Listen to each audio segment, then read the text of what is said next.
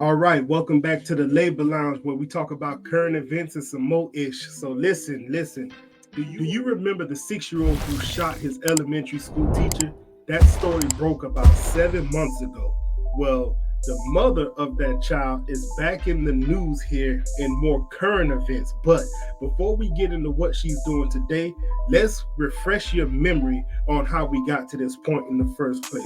Who was shot by one of her 6-year-old students. And the mother of the first grader who pulled the trigger is speaking out. She says she takes full responsibility, but she says her son's ADHD diagnosis makes him hard to control. We're hearing for the first time from the mother of the 6-year-old boy who shot his first grade teacher. He actually really liked her. Deja Taylor spoke to GMA about the events leading up to the shooting inside the elementary school in Virginia last January. He was in class. He was trying to tell her something, and she asked him to go sit back down. He threw his arms up. He said, fine.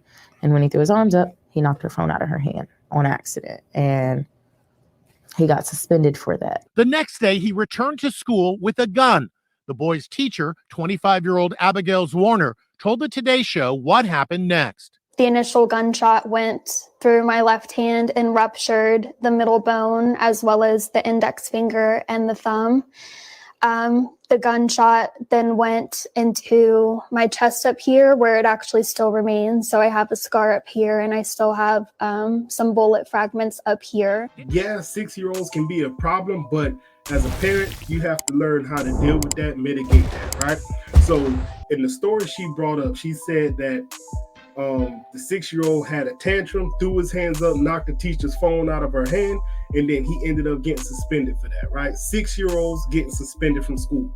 I mean, just in the heart of elementary school. So fast forward to today, mom is back in the news, and we're going to look at what she's doing today. And you let me know down in the comments if you think she's taking accountability for what happened to this elementary school teacher. So how was it possible that your son was able to get a hold of a weapon? Deja Taylor was charged with federal gun charges after her 6-year-old son shot his teacher in January at Ridgeneck Elementary School.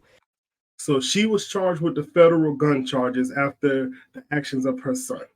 Taylor pled guilty in June. She was released on certain conditions. Federal prosecutors in a motion say she violated that order. The motion says Taylor tested positive for marijuana on July 19th, and on August 25th, she tested positive for cocaine and marijuana. Prosecutors say Taylor signed an admission admitting to using marijuana on August 22nd. Court So now remember, she said her son has ADHD, makes it hard to control him. Now, my question is this: are you even in your right state of mind to even control your son or raise your son? You got cocaine in your system, you got marijuana in your system. Sound to me like you may be a little bit absent, but hey, I'm just on the outside looking in. Let's keep going. Documents say she completed a substance abuse evaluation and was recommended for individual treatment. Taylor failed to show up to her treatment sessions 2 times in August, violating one of her bond conditions.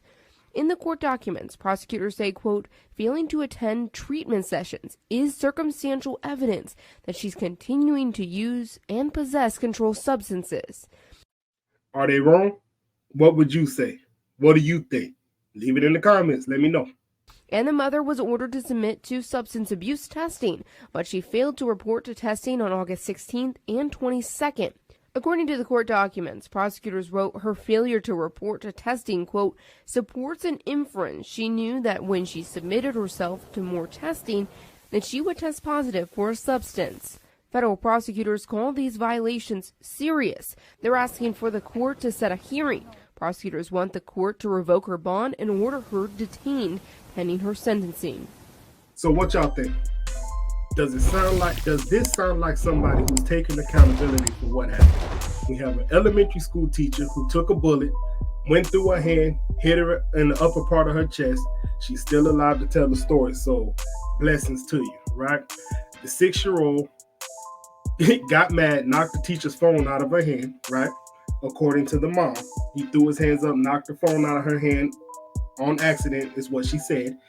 Came back to school after the suspension with the gun. So he was able to go home, get his hand on the gun and go back to school and then able to use it, right? I'm just saying that's a lot. That sounds like he kind of understood what he was doing, but I could be wrong. Again, I'm just on the outside looking in. But with all that being said, y'all let me know what you think. Does this sound like somebody who's taking accountability for what's going on? Does this sound like somebody who's actually trying to raise a son, with all the narcotics she got in her system? Is she absentee? Y'all let me know what y'all think down in the comments. And until next time, I'm out.